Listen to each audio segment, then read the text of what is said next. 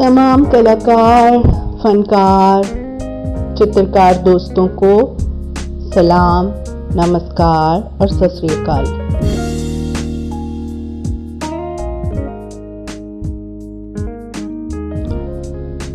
सिलसिला है किताब आर्ट एंड फियर का और आज हमारा टॉपिक है विजन एंड एग्जीक्यूशन यानी ख्याल और अमल दरामद। कोई भी खौफ तब पैदा होता है जब आप या तो माजी की तरफ देखें या मुस्तकबिल के लिए फिक्रमंद हो। अगर आप फैंटेसी का शिकार हो जाएं तो इस तरह की सोचें ऐन उस वक्त हमलावर होती हैं जब आप अभी अपने काम के बीच में होते हैं और फिर आप काम मुकम्मल नहीं कर पाते। आपने सारे मोटिवेशनल स्पीकर से यही सुना होगा कि परेशानी की असल वजह जो है वो या तो पास्ट में देखना होती है या फ्यूचर में देखना होता है, और हम इस तरह अपना जो गुजरता हुआ पल है उसको खराब करते हैं और यही चीज हमारे आर्ट पर भी लागू होती है।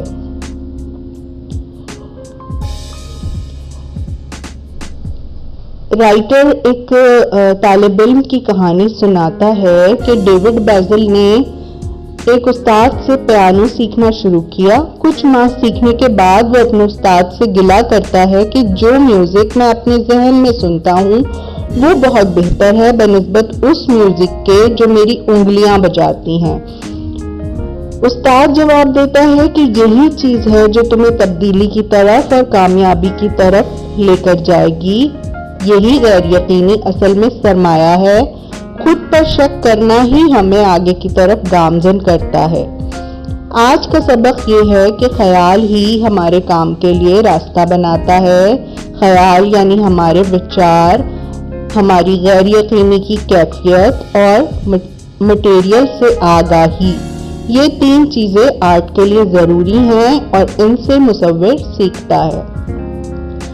अब ये बात तो वैसे ही बहुत मुश्किल है कि जब एक विचार, एक ख्याल हमारे दिमाग में होता है और हमें उसको किसी कैनवस पे या किसी म्यूजिक पीस की सूरत में हमें उसको एग्जीक्यूट करना होता है, तो वैसे ही एक बहुत मुश्किल काम है, इसलिए कि हमारा जहन जो कुछ सोचता है हम वो हमेशा उसको एग्जीक्यूट नहीं कर पाते। तो हम बात करेंगे तखय्युल के बारे में यानी अपने विचारों के बारे में। तखय्युल आपके कंट्रोल में होता है जब आप कुछ बनाना शुरू करें। जब पहला ब्रश स्ट्रोक कैनवस पर लगता है या पहला सुर छेड़ा जाता है वो बड़ा जादुई लम्हा होता है।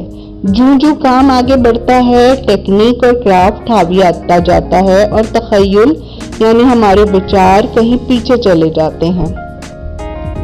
यहाँ मुसन्निफ एक बड़े लिखारी हरमैन मेलवाइल की मिसाल देते हुए कहता है कि जब उसने अपने नॉवेल की इब्तिदाई लाइन यानी शुरू की लाइन लिखी थी, मैं इस्माइल हूँ, तो उस वक्त वो खुद को एक तस्वुराती भीड़ से अलग कर रहा था और फिर उसके आगे की 500 सफ़ात पर भी उसने जो गैर मामूली सतरें लिखी वो कहीं ना कहीं उस पहली लाइन से जुड़ी हुई थी। पहली 2 सतरें ही हैं जो आप बगैर किसी हुज्जत के लिखते हैं और यही आपको आगे का सफर तय करवाती हैं, और अगर आप यहीं फंस गए तो फिर कुछ आपके इख्तियार में नहीं रहता। यानी जिस जज्बे, जिस जुनून से आपने पहला स्ट्रोक लगाया होता है, अगर वही कायम रहे तो आपका जो फन पारा, आपका जो पीस है वो तकमील तक पहुंचता है। लिहाजा हमें बस करना यह है कि सब कुछ झटक के भूल कर उस जुनून को कायम रखें। किसी फन पारे की तकमील का मरहला यानी उससे मुकम्मल करने का जो प्रोसेस है वो जो प्लेजर हमको देता है, हमें जो राहत पहुंचाता है, खुशी पहुंचाता है, उससे हर तख्लीक़कार वाकिफ है। लेकिन इस लम्हे में हम कुछ खो भी देते हैं। सितम ज़रीफ़ी ये है कि हम उन तसव्वुरात, उन ख्यालात से जिनके तहत हमने वो पीस बनाया होता है अक्सर और बेशतर एक कदम पीछे रहते हैं। यानी वो जो कुछ हमने सोचा होता है हम उसको उस तरह कभी भी एग्जीक्यूट नहीं कर पाते। असल में होता ये है कि तसव्वुराती दुनिया, हमारे जो विचारों की दुनिया है, वो किसी मीडियम की कैद से आज़ाद होती है। वहाँ कोई कैनवस नहीं होता, कोई कलर्स नहीं होते, कोई डिज़ाइन नहीं होता, कोई एलिमेंट नहीं होता। वहाँ कंप्लीट एक फ्रीडम होता है, आज़ादी होती है। लेकिन कोई वाज़ेह तस्वीर जो हमने ख्याल में देखी हो, उसे जब हम बनाने की कोशिश करते हैं तो मटेरियल, ड्राइंग, पर्सपेक्टिव, कॉम्पोजिशन की बहुत सारी दीवारें सामने खड़ी नज़र आती हैं और जो कुछ भी बनता है वो हमारी जो विचारों वाली तस्वीर है उससे बहुत मुख्तलिफ होता है। बहुत सी इमेजिनेशन तो हम खुद ही रिजेक्ट कर देते हैं और यूं भी हो सकता है कि हमारी जो चित्र है, हमारी जो तस्वीर है या हमारा जो भी फनपारा है वो हमारी सोच से भी ज़्यादा अच्छा बन जाए। यानी इसमें एक बहुत बड़ा वसी दायरा होता है इम्कानात का, जिसमें फनकार सफ़र करता है।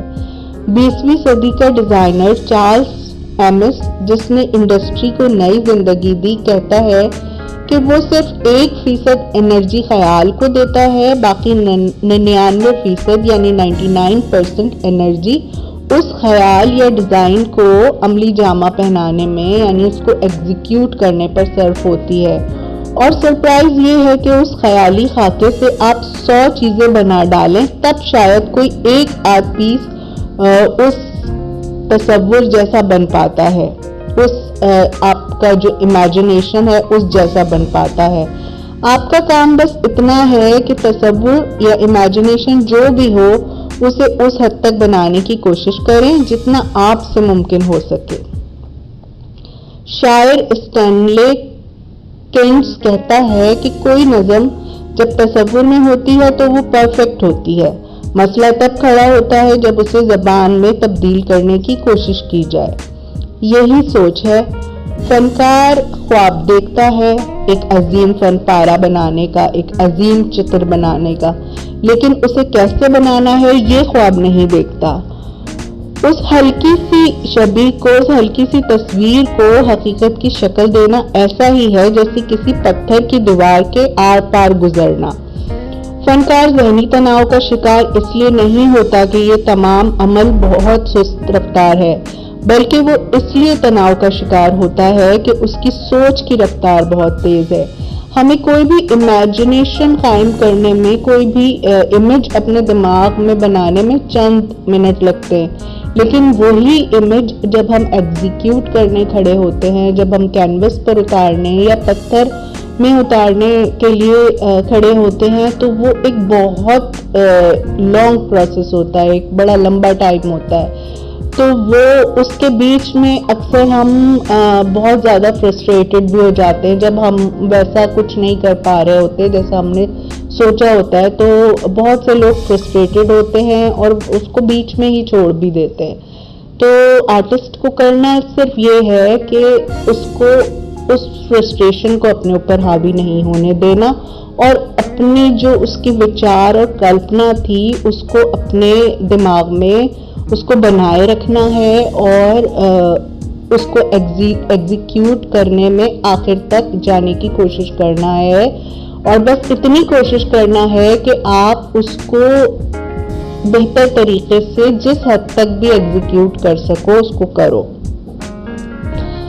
तो ये हमारा आज का आर्ट एंड फेयर का टॉपिक था। इससे अगला टॉपिक हमारा मटेरियल होगा। अगर आपने मेरा चैनल अब तक सब्सक्राइब नहीं किया तो मत करें। अगर आप को ये ऑडियो पसंद आई है तो उसको लाइक कर दें, और अगर आप समझते हैं कि इन ऑडियोज से, इस किताब की ट्रांसलेशन से किसी को कोई फ़ायदा हो सकता है तो उसके साथ शेयर करें। अगर आप टीचर हैं तो अपने स्टूडेंट्स के साथ शेयर करें। और इस किताब में आगे बहुत सारे टॉपिक्स कवर किए जाएंगे, बहुत सारी प्रॉब्लम्स कवर की जाएंगी। तो मेरी ख्वाहिश ये है कि ज़्यादा से ज़्यादा कलाकार, फनकार, चित्रकार इससे फ़ायदा उठाएं।